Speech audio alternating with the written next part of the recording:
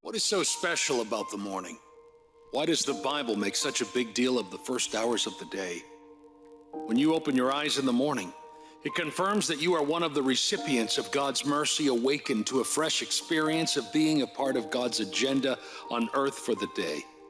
It is why we are so keen on starting your day with thanks. You may not know this, but being able to wake up alive each morning is one of the most underrated blessings. Once upon a time, I used to take this for granted, and even belonged to the school of thought that said it was my right as a child of God to wake up every morning and not a miracle. I was blind, arrogant, and very, very wrong. The Bible does say in Lamentations chapter 3, verses 22 through 23, "Because of the Lord's great love, we are not consumed.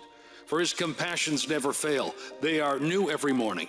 Great is your faithfulness." Some people would pay anything to have a good night's sleep. Some would pay any amount to be able to see the sunrise from any part of the world, under any condition whatsoever, for just one day. Some of these people may be deceased now, while some may be blind and can't see. There is also the case of those in a coma, as well as those suffering from one condition or another, which makes it difficult, if not impossible, to witness or enjoy the things you and me have taken for granted. Psalms chapter 127 verses 1 through 2 says, "Unless the Lord builds the house, the builders labor in vain. Unless the Lord watches over the city, the guards stand watch in vain.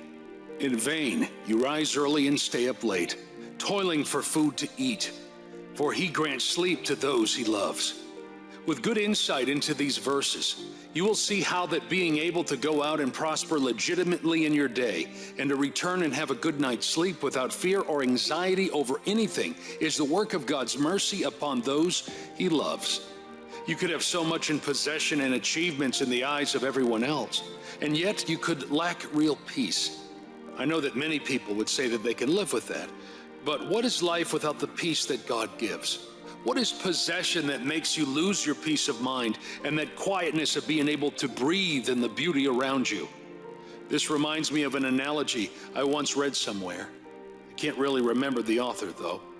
The writer was trying to illustrate the irony of life and why we must be grateful for where we are and not envy those who have the things we don't have, because you don't even know if the little you have is worth more than the life they have despite their possessions.